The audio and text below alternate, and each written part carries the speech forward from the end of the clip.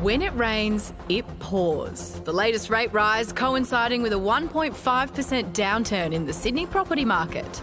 With other markets likely to follow and more hikes on the way, tens of thousands of homeowners are dangerously exposed. In the December quarter of last year, almost 1 in 4 borrowers were borrowing at risky levels where their debt-to-income ratio was 6 times or more. That's a concern. And it could even trigger a recession.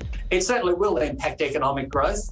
Obviously, when you're raising interest rates, you're taking money away from the 30% of households that have a mortgage. But it does mean the Reserve Bank is treading a very narrow path here. And that means adding to the already extreme cost of living pressures facing Aussie households. They want to get the inflation genie back in the bottle and they are prepared to do what it takes. The Federal Energy Minister today met with state and territory counterparts in an effort to plot a path out of the gas crisis. The reason why we are in this crisis today is because there hasn't been enough planning about the changes that are necessary. We need more transmission, we need more renewables, we need more storage.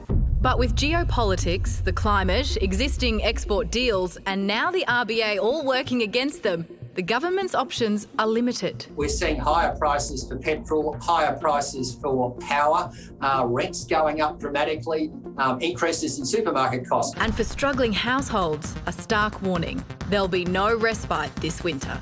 Jim and I aren't pretending that anything's easy or that there's a silver bullet. We're putting together a budget for October and, of course, a cost of living lens will be placed over that budget.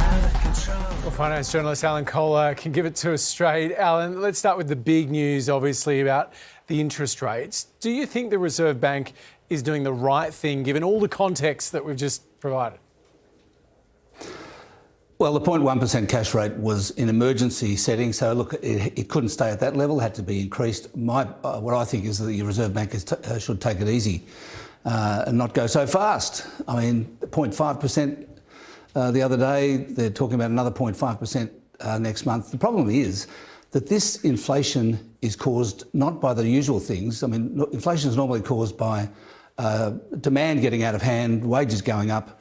And those things are susceptible to interest rates rising. That's what interest rates going up are supposed to do, to control those things. But this one is caused by, firstly, the pandemic and these shortages that occurred as a result of that, and secondly, by the war in Ukraine. So we have an energy shock caused by those things that is causing the cost of living crisis. And the problem is, what we do, how we deal with inflation, no matter what it's caused by, is by making it worse. You know, so prices are going up because of the energy shock and all the things resulting from the Ukraine war. So what does the Reserve Bank do?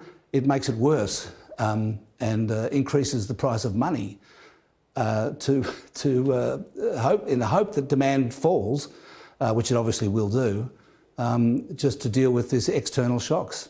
So how do you tackle the problem of rising interest rates and inflation going up at the same time? Well, I think you've just got to take it more slowly, that's all. I think this idea of rushing back up to 2% or 2.5% cash rate, it just needs to be taken more slowly. And I mean, the problem is that the Reserve Bank has spent 18 months telling us that nothing's going to happen until 2024. And it kept repeating that time after time. Every month they'd come out with a monetary policy statement on the first Tuesday of the month and say that, we're going to leave interest rates at 0.1% and we expect that nothing will happen until 2024 at the earliest. Well, now, all of a sudden, they're saying, oh, whoops, sorry, that's no longer operative. We're going to have to crunch down on the economy. And I just, in that 18 months, while they were saying that nothing is going to happen to interest rates until 2024, a lot of people borrowed money. A lot of people bought a house, took out a mortgage, in the belief that the interest rates that they were paying wouldn't change for 3 years. And that is no longer... So that's the problem, I think. They should have taken much more care in how this has been presented, and now they should take longer to do it. Well, Alan, we've been told that at the moment we keep getting reminded that it's this perfect storm of all these factors that are adding to the cost of living pressures, right? One of those being energy and energy supply. This afternoon, the Energy Minister, Chris Bowen, announced a raft of emergency measures like a capacity mechanism, the ability to procure and store gas for domestic needs. So will any of those help take the pressure off? Yeah, not straight away, but it will help.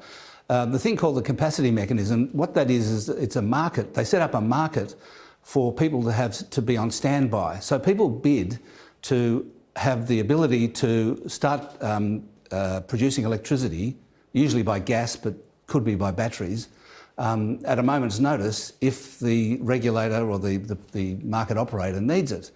And so they need to set this market up. And people were saying they should have done it 10 years ago, but they failed to do it. I think partly because the Greens blocked it. But anyway, I mean, this lack of a capacity mechanism, which is having people on standby, ready to supply electricity when it's needed, is a big lack, right? I mean, because what we've got now, because the idea of having this standby is when something happens, like a big power station breaks down, you've got something to fill in the spot. Well, what's happened, of course, is that these power stations are breaking down and they're running out of coal because of the war in Ukraine, but there's no standby, there's no backup. That's what the capacity mechanism does. It's all good news. Alan, thanks very much for your time tonight. Really appreciate it. My pleasure.